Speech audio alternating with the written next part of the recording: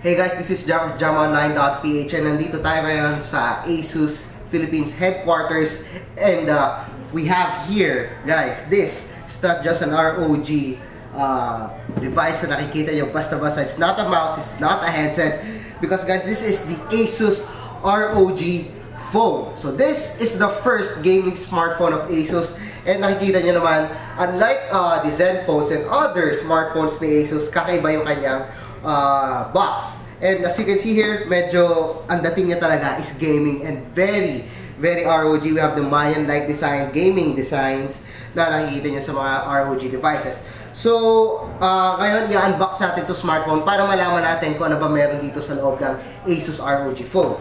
So, may nakasulat dito na ROG Aerodynamic System. I believe ito yung isa sa mga main feature na smartphone. We have a really good temps sa makukuha dito because of its vapor chamber. So, buksan na natin. So, medyo kakaiba siya pag binuksan. So, as you can see here, meron tayong 3 segments dito. We got here the cooler, which is ang hirap kunin. Wait lang. Yan. And there we go. So we have here the cooler. Mamaya ilalagay natin siya sa ASUS ROG phone. We have unboxed it before kaya wala na yung plastic and all. So bago tayo sa phone, proceed muna tayo dito. So dito makikita niyo mga accessories siya. We have the USB Type-C to USB Type-C. So it's not USB Type-A to Type-C. This is Type-C to Type-C. So if you have a device na Type-C, mas mabilis yung transfer speed niya. And then of course we got here the hypercharge charger na proud si ASUS kasi sobrang bilis ng charging niya. And despite using the ROG phone for gaming, kahit mag-charge kayo, maganda pa rin temperature makukuha nyo, which means mas maganda yung performance and of course, mas maganda yung battery life in the long run. So makikita nyo dito, the charger actually has a USB Type-C port. Ayan, so, and then meron pa tayong dito mga flap na kasama. Mamaya papakita ko sa inyo, ito yung ginagamit dun sa proprietary na port ni ASUS ROG phone. Kasi the ASUS ROG phone is IPX4 or splash resistant. Kaya meron tayong ganitong flap. Ayan, so lagyan mo natin ito sa tabi. And then here, we got here yung manuals. Yan, so we got here the manuals and everything. So basically, ito yung mga hindi nyo binabasa. We got here the pin for the SIM card tray. And then of course, this is our ROG phone. So yan. So tinaas ko na lang. Ang madali siyang phone yan. Yan. So lagyan natin sa side. So I'm gonna show you the ASUS. Oh, sorry, baliktad. So this is the ASUS ROG phone. As you can see here, we got an always on display. Napaka-cool nung kanyang clock kasi very ROG yung dating niya. Red colors with white. And this one is actually an OLED display. Sa 90 Hz refresh rate. It's the first display na OLED. First OLED display with a 90 Hz refresh rate. The refresh rate is actually very important pagdating sa gaming kasi mas smooth yung gameplay mo dito, especially when you're playing FPS games and also some MOBA games including Arena of Valor. So, makikita nyo dito, kung nanonood kayo ng mga videos ko before, na-check out na natin to back in June, yata, Computex 2018. So, this time, nasa Philippines na siya.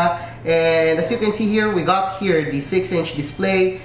We're actually running Final Fantasy 15 Pocket Edition. And here's the interesting part about this one. So, meron tayo kasama dito na temps, CPU usage, battery, temperature, yan. So, and the FPS. It's 90 frames per second. So, makikita nyo talaga na para ka meron ka ng PC dito. Makikita mo yung basics na power ng smartphone nyo and yung kaya niya.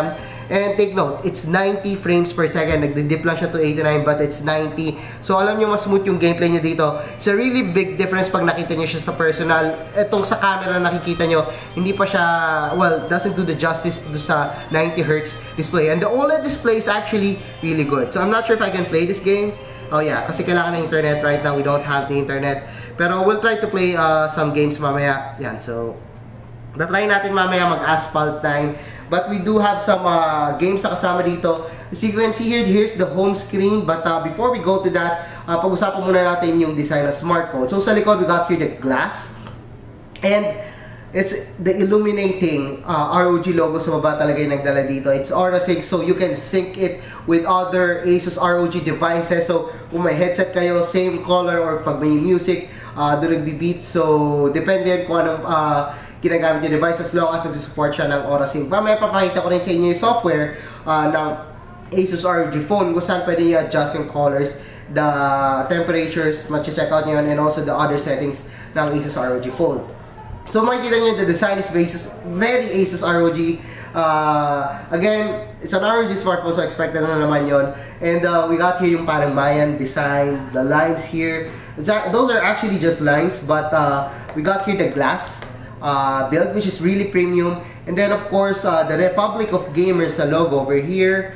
I believe these are the para sa fan, para may airflow. Kasi sa loob niya meron tayong copper plate, so nadidistribute talaga yung heat niya. And with this one, yan, with this fan na kasama sa box, mas maganda yung temperature makukuha nyo. And here's the interesting part about the ASUS ROG phone. It's not just the display na OLED 90Hz, it's also the port. So sa ilalim, we got here the USB Type-C and also the 3.5mm headphone jack. I know it's hard to focus on this one, but it's one of the main features dito. We got the ports here. And then dito, this is what I'm talking about. We got here a flap. So medyo mahirap lang siya tanggalin. The flap here is actually a proprietary port where you can use yung mga other accessories to ASUS ROG phone, including this one, the cooler. So right now, the only accessory that we have here is the cooler. So makikita nyo medyo malapad yung kanyang port kasi para siya dito sa side. Yan. Wait lang. Give it a second. Yan. Sak natin siya. Taas to. And there we go. So we got here the cooler, and we have the ROG logo at the back na umiilaw din. This one is really cool, and well, di pa natin nabubuksan yung fan. Doon natin bubuksan sa software. And the cool thing about this one is that you can charge your smartphone sa either dito sa ilalim or dito sa baba, dito sa cooler fan. Kasi it's really hard to play games na nandito sa side yung USB port kasi nakakagambala siya pag naka-landscape mode kayo. Speaking of landscape mode, one of the cool features about the ASUS ROG phone is the air triggers. We have the air triggers over here, so para siyang shoulder buttons like L1, R1. Though hindi mo siya mararamdaman, pero may konti ditong parang texture. Hindi siya lumulubog like a normal button. But this one is really cool, especially if you're playing games like Free Fire and also PUBG Mobile. So yan, so buksan natin itong our ASUS ROG phone. We got here the power button din sa side. It's not blocking naman dun sa cooler, which is cool. Yan, so pag pinakinggan nyo siya, yan, actually naririnig ko, meron talagang fan na gumagalaw. So it's actually really cool kasi when you're playing games like PUBG Mobile with anti-aliasing on, with HDR, mas mataas yung graphics, mas demanding, mas mainit siya. It means that, mas mainit, mas pangit yung performance, and also mas magde-degrade kagad yung battery niya in the long run. So, bago tayo magbukas ng kahit anong game, let's check out itong Game Center. We have the Game Center application. It's not Armory Center, similar to the Zephyrus S. So the Game Center actually shows you yung CPU usage, GPU usage, the storage. This one is 512 gig. And then of course, the memory use. So makikita nyo dito yung temperature siya is 26 degrees. Sa GPU, it's 32 degrees. Yan. So basically, yung everything na kailangan mo sa isang smartphone. Yan. So, meron pa dito is the ASUS Aura lighting. Ayan. Ito yung na-adjust mo yung kulay niya. So, lighting synchronization if meron kang gustong isync na device sa ASUS ROG phone pagdating sa color. And then, of course, the advanced settings. So, kung gusto nyo X mode color cycle, default color cycle. So, nasa yan. Pero, I prefer having this one na lang. So, yan. Balik natin. So, anyway, balik tayo dito ulit sa, So, meron tayong game profiles. And since nakakabit yung fan, you can actually adjust the fan speed. So, syempre, mas mabilis na fan speed, mas mabilis makakaubos ang battery because the fan is actually taking its power from the battery of the smartphone. So, i-adjust lang siya from low to high. So, it's up to you. Yan, high, low, high, auto. Pero ako prefer ko high eh. Yan, kasi syempre, mas magandang thermals, mas magandang gaming. So, walang lag experience.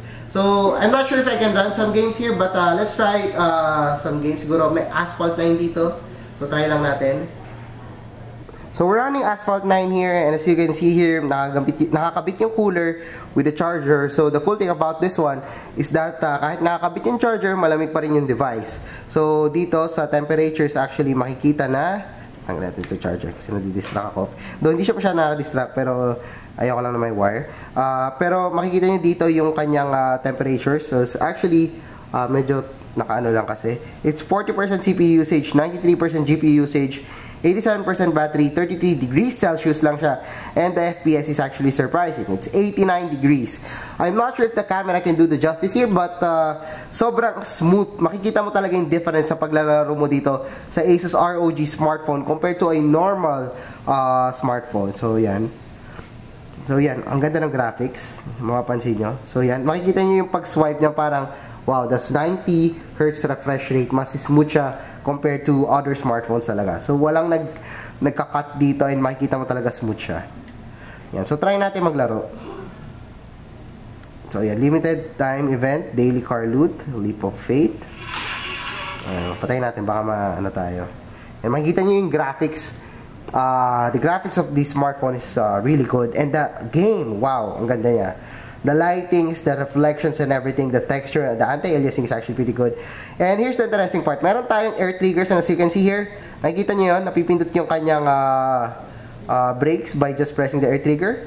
So by just pressing the air trigger dito sa right, well, makapatakbo naman natin yung kanyang nitro. So makikita nyo merong bilog oh. So may bilog na umaano talaga. So nakikita nyo yung namamap yung buttons niya depending kung ano yung nilalaro nyo. So it will work anyway. So yan. Yan, finish agad. Yan. So makikita nyo naman, it's 90 Hz refresh rate. It's really smooth, it's really good, and it's really perfect for gaming. So yeah, I guess that's it dito sa ASUS ROG phone. So the ASUS ROG phone will be available soon. I'm not sure when. Sa ESGS 2018 natin malalaman. But again, what I like about this one is that we got a really cool accessory here. Unfortunately, ito lang yung nakita natin. The display of the smartphone is really game-changing when it comes sa gaming. And of course, the ROG logo. Umiilaw siya. And of course, the build quality is really good. The 4,000 mAh of battery is really promising. However, I'm not sure kung kano siya katatagal, especially when we're playing games. Siguro pag naglaro tayo ng PUBG Mobile soon, pag na-review na natin, doon na natin malalaman. There's no notch in here, which is perfect for gaming kasi wala tayong mabablock and everything. And again, the ASUS ROG phone is really powerful. So I guess that's it for our unboxing and short review of the ASUS ROG phone. So if you like this video, don't forget to give us a thumbs up. And if hindi pa kayo nagsusubscribe sa channel ko, well, mag-subscribe na kayo and i-like nyo ang Facebook page ko. Makikita nyo yung link sa baba. Anyway, I'm JamOnline.ph and thanks for watching our video about the ASUS ROG phone.